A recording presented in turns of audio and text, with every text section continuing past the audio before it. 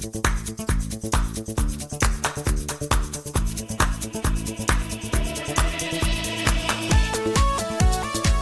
Hello friends, நான் உங்கள் SKA பேசுகிறேன். அமெரிக்காவின் எல்லையில் ஈரானின் ட்ரோன்ஸ். அமெரிக்காவுடைய பசிபிக் கோஸ்டில் ஈரானுடைய ஆயுதங்கள் டிப்ளாய் பண்ணப்பட்டதாக அமெரிக்காவின் FBI ரிப்போர்ட்ஸ் வெளியிட்டிருக்கு. San Francisco, San Diego, Los Angeles, அமெரிக்காவுடைய பசிபிக் கோஸ்ட், அமெரிக்காவுடைய அந்த அழகான கடற்கரை. ஆனால் இன்னைக்கு FBI ஒரு எச்சரிக்கை வெளியிட்டிருக்காங்க. அமெரிக்காவின் இந்த பசிபிக் ஓஷனில், இந்த கடலில் ஈரானுடைய போட்ஸ்ல இருந்து ட்ரோன் அட்டாக் வரலாம் அப்படின்னு சொல்லப்படுகிறது. கலிபோர்னியாவை டார்கெட் பண்ணுவதற்கான திட்டம் ஈரான் கிட்ட இருந்ததாக FBI அலர்ட் இப்ப வெளிவந்திருக்கு. அமெரிக்காவுடைய மண்ணை, இது ஒரு மூவி ஸ்கிரிப்ட் கிடையாது. இது இன்னைக்கு மார்ச் 12 2026 வெளியான பிரேக்கிங் அலர்ட். ஆனா ட்ரம்ப் என்ன சொல்றாரு தெரியுமா? ஐம் நாட் வரிட் அப்படின்னு ரிப்போர்ட்டர்ஸ் கிட்ட சொல்றாரு. உலகத்திலேயே மிகப்பெரிய மிலிட்டரி பவர், நம்பர் 1 ஃபோர்ஸ், அவங்க ஆரம்பிச்ச இந்த போர்ல 12 நாள் கழிச்சும் ஈரான் அவங்களுடைய மண்ணையே டார்கெட் பண்ண திட்டம் வச்சிருக்காங்க அப்படின்னு ரிப்போர்ட் வெளிவந்திருக்கு.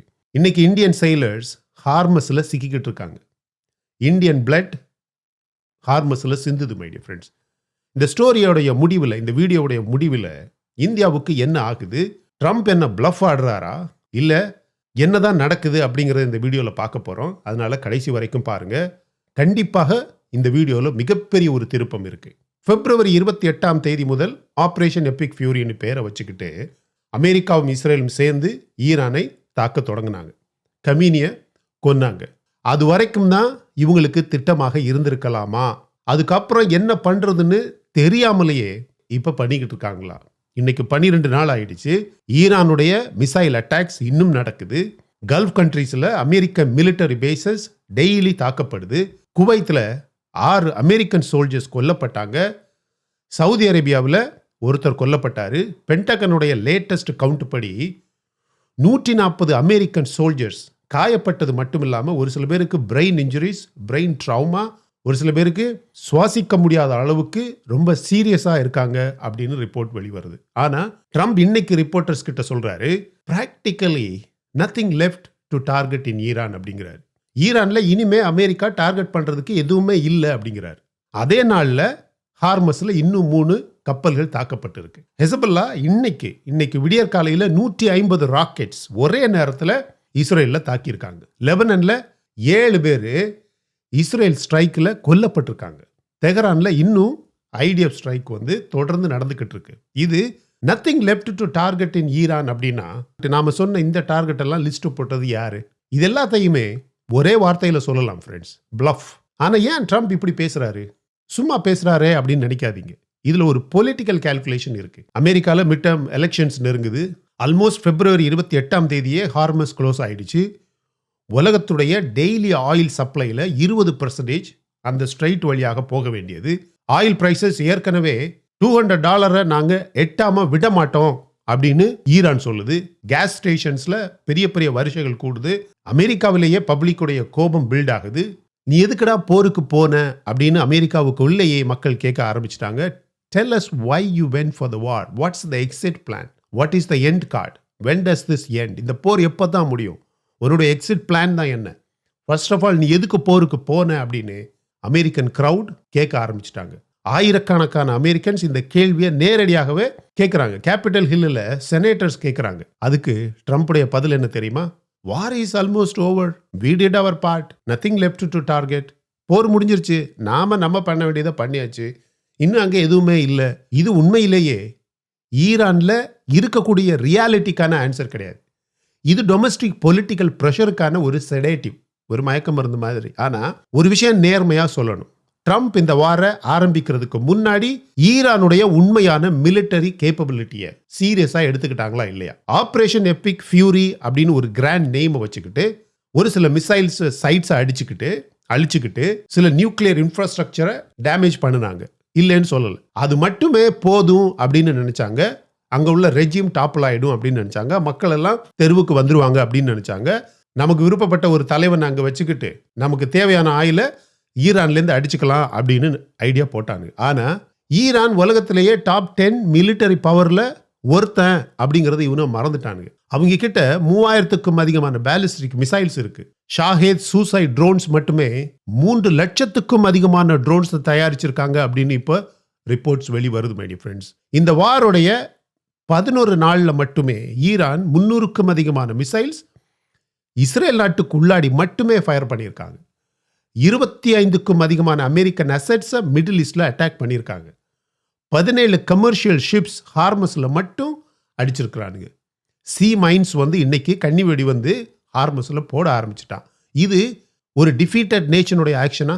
அவன் தோல்வி அடைஞ்சான், அங்க எதுவுமே இல்லை, டார்கெட் இல்லை அப்படின்னு பிளஃப் பண்றது இது உண்மையான ரியாலிட்டியா? ஒரு டாப் 10 மிலிட்டரி பவரை ஒரு ஆப்ரேஷன் பண்றதுனால அந்த நாடு எண்ட் ஆகிடுமா? அந்த பேசிக் மிஸ்டேக் தான் இன்னைக்கு ட்ரம்ப் அட்மினிஸ்ட்ரேஷனுடைய மிகப்பெரிய ஃபெயிலியர் மை டியர் ஃப்ரெண்ட்ஸ். இப்போ இங்க ஒரு விஷயம் கண்டிப்பாக சொல்லி ஆகணும். இந்த வார்ல நமக்கு பர்சனலா மிகப்பெரிய ஒரு தாக்கம் இருக்கு. இந்தியாவுக்கு ஸ்கைலைட், இது ஒரு ஆயில் டேங்கருடைய பெயர். Palau blocked tanker. இந்த ஹார்மஸ்ல முசாண்டாம் பெனிசுலாவுக்கு நார்த்ல 5 நாட்டிக்கல் மைல்ஸ்ல ஈரான் அந்த டேங்கரை தாக்கி இருக்கு. அந்த டேங்கர்ல யார் இருந்தாங்க தெரியுமா ஃப்ரெண்ட்ஸ்? 15 இந்தியன் நேஷனல்ஸ், நம்ம நாட்டை சேர்ந்த 15 பேர். அந்த இடத்துலயே 2 இந்தியன்ஸ் இறந்துட்டாங்க. ஒன்று ஆஷிஷ் குமார், இன்னொன்று தலீப் சிங். 2 பேருமே இந்தியர்கள். அவங்க அந்த டேங்கர்ல வேலை பண்ணவங்க, ஃபேமிலிக்கு பணம் சம்பாதிக்கணும்னு அங்கே போனவங்க, அந்த கப்பலில் வேலை பார்த்தவங்க. ட்ரம்ப்புடைய பொலிட்டிக்கல் கால்குலேஷனில் அவங்களுக்கு என்ன இடம் இருந்தது சொல்லுங்க? 0. ஆனால் இந்தியாவுக்கு இந்த 2 பேருடைய உயிர் 0வா? 0 இல்லை. அது மட்டும் இல்லை ஃப்ரெண்ட்ஸ், இன்னைக்கு 36 இந்தியன் ஃபிளாக்டு ஷிப்ஸ் பெர்ஷியன் கல்ஃபில் ட்ராப் ஆயிருக்கு. 1074 இந்தியன் செயிலர்ஸ் அந்த ஷிப்ஸில் நடுக்கடலில் அகப்பட்டு கிடக்காங்க. 23,000 இந்தியன் செயிலர்ஸ் மொத்தத்தில் ஹார்மஸ் ரீஜன்ல ஸ்ட்ராண்டட்.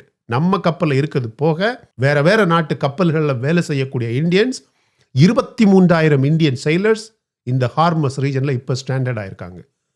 இந்த மனுஷங்க எல்லாரும் தமிழ்நாட்டில், கேரளாவில், குஜராத்தில், ஒடிஷாவில் இருக்க வேண்டிய மக்கள். ஒரு தனி மனிதனுடைய ஷார்ட் சைட்டட் வார் அப்படின்னு சொல்லலாம். ரொம்ப குறுகிய பார்வையோட தொடங்கின ஒரு போர், அந்த போரின் விளைவு இது. ஹார்மஸ் ஸ்ட்ரெய்ட்ல ஒவ்வொரு நாளும் 20 மில்லியன் பேரல்ஸ் ஆயில் போகுது. இந்தியாவுடைய டோட்டல் ஆயில் இம்போர்ட்ல 18%, ஆல்மோஸ்ட் 20% இந்த ரூட்ல இருந்து மட்டுமே வருது. அந்த ரூட் மார்ச் 1ஆம் தேதியிலிருந்து எஃபெக்டிவ்லி பிளாக்ட். மாயர்ஸ்க் டிரான்சிட் சஸ்பெண்ட் ஆயிருக்கு. சிஎம்ஏ, சிஜிஎம் டிரான்சிட் சஸ்பெண்ட் ஆயிருக்கு. இன்சூரன்ஸ் கம்பெனிஸ் கவரேஜ் கொடுக்க மறுக்கிறாங்க.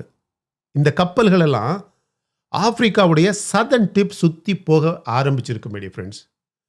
அதுக்கு எவ்வளோ டிஃப்ரென்ஸ் தெரியுமா? எக்ஸ்ட்ரா 2 வீக்ஸ் ட்ராவல் பண்ணணும். அதுக்கான காஸ்ட் எக்ஸ்ட்ரா. இந்தியாவுடைய எக்கானமியில் இது எப்படி இம்பேக்ட் பண்ணணும்னு நினைக்கிறீங்க? ஆயில் ப்ரைஸஸ், பெட்ரோல் விலை, இன்ஃப்ளேஷன் எல்லாமே ஒரு நாக் ஆன் எஃபெக்ட் மாதிரி தொடங்கும். ஈரான் சி மைன்ஸ் போட ஆரம்பிச்சிருக்கிறான். கன்னிவெடி கடலுக்குள்ளேயே வைக்க ஆரம்பிச்சிருக்கான். அமெரிக்க கப்பற்படை 16 ஈரானியன் மைன் லேயர்ஸை டிஸ்ட்ராய் பண்ணியிருக்கு. அந்த படங்களை நீங்க பார்த்தாலே தெரியும். ஆனா மைனிங் ஆபரேஷன் ஸ்டாப் ஆகல. ஈரான் பாட்டுக்கு அவன் ஒரு பக்கம் பண்ணிக்கிட்டே இருக்கிறான். இவன் 16 கப்பல்களை அழிச்சு நாங்க சாதனை பண்ணிட்டோம் அப்படின்னு பேசுறான். இப்ப கூட பாருங்க, மார்ச் 12 இன்னும் 3 கப்பல்கள் தாக்கப்பட்டு இருக்கு. தாய் பிளாக்டு மயூரி நாரி அப்படின்னு ஒரு கப்பல். இந்த கப்பல்ல நேற்று தாக்கப்பட்டு எல்லா கிரூஸுமே, எல்லா மாலுமிகளுமே உடனடியாக இவாக்குவேட் பண்ணப்பட்டிருக்காங்க. அதுல இன்னும் 3 பேரை காணோம். 3 crew members are missing. இது ட்ரம்ப் சொல்லக்கூடிய practically nothing left அப்படிங்கிற ஒரு போருடைய ரியாலிட்டியா? சரி, இப்போ நாம திருப்பியும் அமெரிக்காவுக்கு கொடுக்கப்பட்டிருக்கக்கூடிய இந்த FBI வார்னிங் பற்றி பேசணும். கலிஃபோர்னியா, சான் பிரான்சிஸ்கோவில், லாஸ் ஏஞ்சலஸில், சாண்டியாகோவில் FBIயோடைய ஜாயிண்ட் டெரரிசம் டாஸ்க் ஃபோர்ஸ் அப்படின்னு ஒன்று இருக்கு. இவங்க பிப்ரவரி மாதம் கடைசியில் ஒரு புல்லட்டின் அமெரிக்கா முழுவதுமாக, முக்கியமாக கலிஃபோர்னியா கவர்மெண்ட்டுக்கு சப்மிட் பண்ணியிருக்கிறாங்க. அவனுக்கு தாக்குதல் பண்ணணும்னா எப்படி வேணும்னாலும் பண்ணலாம். போட்டில் ட்ரோன்ஸை கொண்டு வந்து பசிபிக் ஓஷனில் அமெரிக்காவுடைய கடற்கரையில் இது சாத்தியமா அப்படின்னு கேட்டால் நீங்கள் ஆச்சரியப்படுவீங்க. ஈரானுடைய ஷாஹத் 136 அப்படின்ற ஒரு ட்ரோன் இருக்குது. அந்த ட்ரோனுடைய ரேஞ்சை பாருங்கள், 2000க்கும் அதிகமான கிலோமீட்டர் இது பறந்து போக முடியும். ஒரு வெசல் பசிபிக் ஓஷனில் கலிஃபோர்னியா கோஸ்டில் இருந்து வெறும் 200 நாட்டிக்கல் மைல்ஸில் இருந்தாலே போதும். அது மட்டும் இல்லை, ஈரான் கிட்ட மெக்சிகோ கனெக்ஷன் நாம நினைக்கிற மாதிரி கிடையாது. இன்டெலிஜென்ட் சர்க்கிள்ஸ் 10, 20, 30, 40 வருடங்களாக இருக்கு. உண்மையாவே சொல்றேன், மெக்சிகோல இருக்கிற ட்ரக் கார்ட்டல்ஸோடைய கனெக்ஷன் 1960-70ல ஈரான் மெக்சிகோல ஒரு ஸ்ட்ராங் எம்பசியும் பிரசன்ஸும் பில்ட் பண்ணியிருக்காங்க.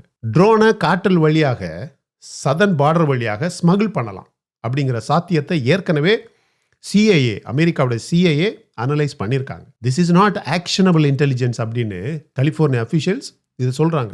இது உண்மையாக கூட இருக்கலாம், ஆனால் நம்ம எதுவுமே பண்ண முடியாது. ஆனால் FBI இதை சர்க்குலேட் பண்ணினா போதும், எல்லாருக்குமே அர்த்தம் புரிஞ்சிடும். ஈரான் கடல்ல மட்டும் கிடையாது, ஈரான் அமெரிக்காவுடைய சாயில்ல அங்க போய் முடிவெடுக்க ட்ரை பண்றாங்க. இந்த வார்ல மிகவும் டேஞ்சரஸான ஒரு ஆங்கிள் அப்படின்னு நீங்க பாத்தீங்கன்னா இஸ்ரேலுடைய சிச்சுவேஷன். இன்னைக்கு IDF தெஹ்ரான்ல ஈரான்ல பல மடங்கு, அதாவது டசன்ஸ் ஆஃப் ஸ்ட்ரைக்ஸ் வந்து தொடர்ந்து பண்ணிக்கிட்டே இருக்கிறாங்க. Deepening the blow against the regime அப்படின்னு சொல்றாங்க. நோ டைம் லிமிட், நாங்கள் தாக்கிக்கிட்டே இருப்போம் அப்படின்னு இஸ்ரேல் சொல்லுது. ஏன் தெரியுமா? ட்ரம்ப் சடன்லி காலையில எந்திரிச்சு, தூக்கத்தில் என்ன கனவு காணுவானோ, காலையில் எந்திரிச்சு war is over, we won the war, we did our part அப்படின்னு சொல்லிட்டா என்ன ஆகும்? America withdraws, Israel alone. Iran கிட்ட எத்தனை லட்சம் ட்ரோன்ஸ் இருக்கு? 3 லட்சம் ட்ரோன்ஸ் இருக்குன்னு சொல்லப்படுது. இன்னும் ஹண்ட்ரட்ஸ் ஆஃப் மிசைல்ஸ் இருக்கு. ஹெசபல்லா இன்னும் ஃபைட்டிங் கெப்பாசிட்டியோட இருக்கான். புதிய சுப்ரீம் லீடர் மோச்சதாபா கமீனி வாரோடைய ஃபர்ஸ்ட் டேல இன்ஜுரி ஆனவன், அவனுக்கு காலில் அடிபட்டிருக்கு. ஆனால் IRGC அவனை செலக்ட் பண்ணியிருக்கு. அந்த IRGC இப்போ வாரை கண்ட்ரோல் பண்ணுது. சிவிலியன் கவர்மெண்ட் கிடையாது. அங்கே இருக்கக்கூடிய பிரசிடென்ட்டோ அங்கே இருக்கக்கூடிய மற்ற அட்மினிஸ்ட்ரேஷனோ இப்போ ஈரானை கண்ட்ரோல் பண்ணி இந்த வார் நடக்கலை. இந்த IRGC கிட்ட கம்யூனி சீனியருடைய ideology, Israel will not exist, இஸ்ரேலுங்கிற ஒரு நாடு இந்த உலகத்தில் இருக்கக்கூடாது அப்படிங்கிறது கம்யூனியோடைய ஐடியாலஜி. அது இன்னும் இந்த IRGC கிட்ட அலைவாக இருக்கு.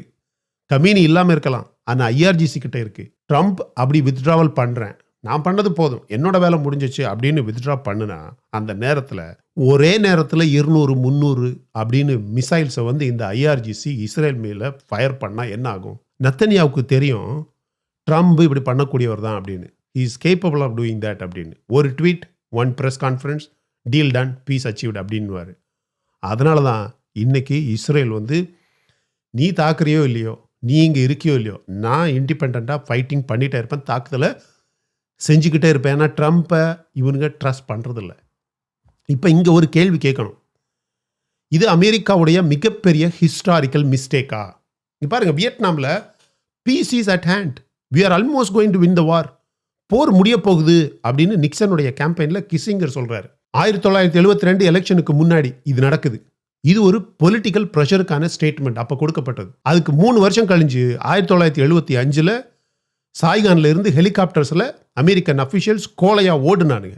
ஈராக்கில் மிஷன் அக்கம்ப்ளிஸ்ட் அப்படின்னு புஷ் கேரியரில் நின்று பேனருக்கு முன்னாடி நின்னார். 2003 ஒரு பெரிய போர் விமானம் தாங்கி கப்பலில் ஒரு பேனரை பிடிச்சிக்கிட்டு இருந்தார். யாரு? புஷ்.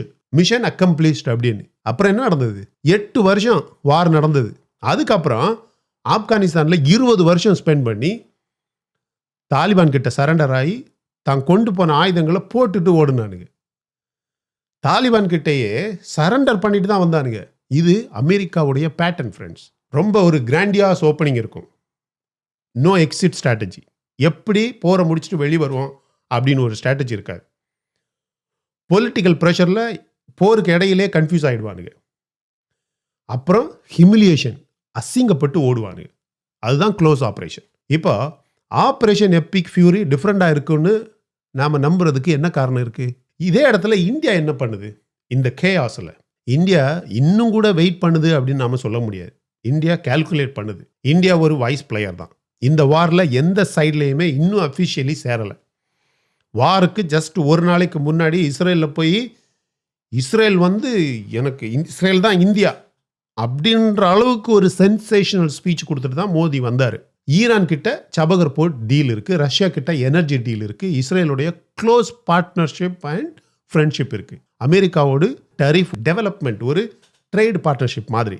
இந்த வார் முடிஞ்சா எண்டானா யார் வின் பண்ணாலும் இந்தியாவுக்கு நெகோஷியேட்டிங் டேபிளில் ஒரு சீட் இருக்கும். எல்லாருமே மதிப்பானுங்க, ஏன்னா யாரையும் நம்ம பகைச்சிக்கல. அது மட்டும் இல்லை, இந்தியன் நேவி இப்போ பெர்ஷியன் கல்ஃபில் 30 மோஸ்ட் பவர்ஃபுல் வார்ஷிப்பை டிப்ளாய் பண்ணியிருக்கு. 23,000 இந்தியன் செயலர்ஸ், கடலில் இருக்கக்கூடிய செயலர்ஸை பத்திரமாக திரும்ப கொண்டு வரணும். அதுக்கு இந்தியாவின் 30 மோஸ்ட் பவர்ஃபுல் வார்ஷிப்ஸை வந்து டிப்ளாய் பண்ணியிருக்காங்க. இது இந்தியா உலகத்துக்கு கொடுக்குற ஒரு மெசேஜ். இந்தியாவுடைய சிட்டிசன்ஸை நீ என்னவும் பண்ணு, ஆனால் இந்தியன் சிட்டிசன்ஸை நீ டச் பண்ணாது. இது எல்லா சைடுக்குமே கொடுக்கக்கூடிய மெசேஜ் தான். இது ஒரு நாட்டுக்குன்னு இல்லை. இது ஒரு ரியாக்டிவ் கண்ட்ரியோடைய ஆக்ஷன் கிடையாது. இது ஒரு ரைசிங் பவருடைய ப்ரிசைஷன் அப்படின்னு சொல்லலாம். இது ஸ்ட்ராட்டஜிக் கான்ஃபிடன்ஸ். 2500 வருஷத்துக்கு முன்னாடி நம்ம இந்தியாவின் சாணக்கியன் சொல்றாரு, a king who starts a war without knowing how to end the war has already lost it. ஒரு அரசன் வந்து ஒரு போரை தொடங்கும் முன்னாடி அந்த போரை எப்படி முடிப்பேன் அப்படின்னு தெரியாம தொடங்கினான்னா அவன் ஏற்கனவே தோற்றுட்டான் அப்படின்னு அர்த்தம் அப்படின்னு நம்ம சாணக்கியா சொல்றாரு. ட்ரம்ப் வந்து ஆப்ரேஷன் எபிக் ஃபியூரி ஆரம்பிச்சார். அவர்கிட்ட ஒரு எக்ஸிட் ஸ்ட்ராட்டஜி இருக்கா? Nobody nose. ஈரான் இன்னும் ஸ்டாப் பண்ணலை. கப்பல்கள் எரிஞ்சிக்கிட்டு இருக்கு. இந்தியன் சைலர்ஸ் வந்து ட்ராப் ஆகிருக்கிறாங்க. கலிஃபோர்னியாவில் FBI அலர்ட் கொடுத்துருக்கு. இது ஒரு சூப்பர் பவருடைய சிம்டமா? ஆனால் இந்தியாவுடைய ஸ்டோரியை பாருங்கள், கம்ப்ளீட்லி டிஃப்ரெண்ட். இந்தியா எந்த வார்லையும் இமோஷனலாக ஜம்ப் ஆகலை. இந்தியாவுடைய ஜெய்சங்கருடைய டிப்ளமசி ஒவ்வொரு பக்கத்துக்குமே எந்த சைடாக இருந்தாலும் சேனலை ஓப்பன் பண்ணி வச்சுக்கணும். அதுதான் நம்ம சாணக்கியாவுடைய ஃபிலாசபி. வாரில் யார் வின் பண்ணாலும் இந்தியாவுக்கு லெவரேஜ் இருக்கணும். இந்தியாவுடைய ரைஸை, இந்தியா வளர்றத தடுக்க யாராலையும் முடியாதுங்கிறது வேற, முடியக்கூடாது. Not Trump, not Iran, not any chaos in between. நீங்களே சொல்லுங்க ஃப்ரெண்ட்ஸ், ட்ரம்ப் இந்த இந்த போரை வந்து தொடர்ந்து செஞ்சுக்கிட்டே இருப்பாரா?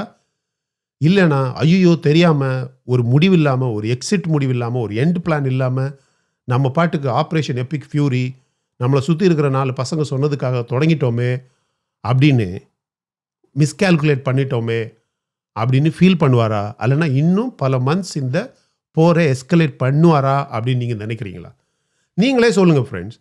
இன்றைக்கி அமெரிக்கா ஐயோ நாங்கள் முடிச்சிட்டோம், இனிமேல் எங்களுக்கு அங்கே வேலை இல்லை அப்படின்னு சொல்லிட்டு போயிட்டானா இஸ்ரேலுக்கு என்ன ஆகும்னு நினைக்கிறீங்க? உங்கள் கருத்துக்களை கமெண்ட் செக்ஷனில் பதிவு பண்ணுங்கள். இந்த வீடியோவை ஷேர் பண்ணுங்கள் மை டியர் ஃப்ரெண்ட்ஸ். உங்கள் ஃப்ரெண்ட்ஸ் கிட்ட, ரிலேட்டிவ்ஸ் கிட்ட ஷேர் பண்ணுங்கள். இந்த உண்மை எல்லாமே அவங்களுக்கும் தெரிஞ்சுக்கணும். நம்ம சேனலில் இன்னும் நீங்கள் சப்ஸ்கிரைப் பண்ணலைன்னா மற்ற வீடியோஸ் பாருங்கள், உங்களுக்கு கண்டிப்பாக பிடிக்கும். பிடிச்சிருந்தா சப்ஸ்கிரைப் பண்ணால் போதும். Thank you so much my dear friends for வாட்சிங் all my videos and supporting my channel. Until I come back with my next awesome video, it's bye-bye from Suresh. Stay safe, stay positive, stay active and stay fit and always dream big in your life. நம்மளால் எங்கேயுமே எப்போவுமே எதையுமே சாதிக்க முடியும் அப்படின்னு நம்ம first நம்பணும் my dear friends. And as I always say, please take care of your parents at your home. உங்கள் அப்பா அம்மாவை உங்கள் வீட்டிலே வச்சு நல்ல பத்திரமா சந்தோஷமாக பாதுகாப்பாக பார்த்துக்குங்க my dear friends. Because it's very, very, very, very important. Thank you.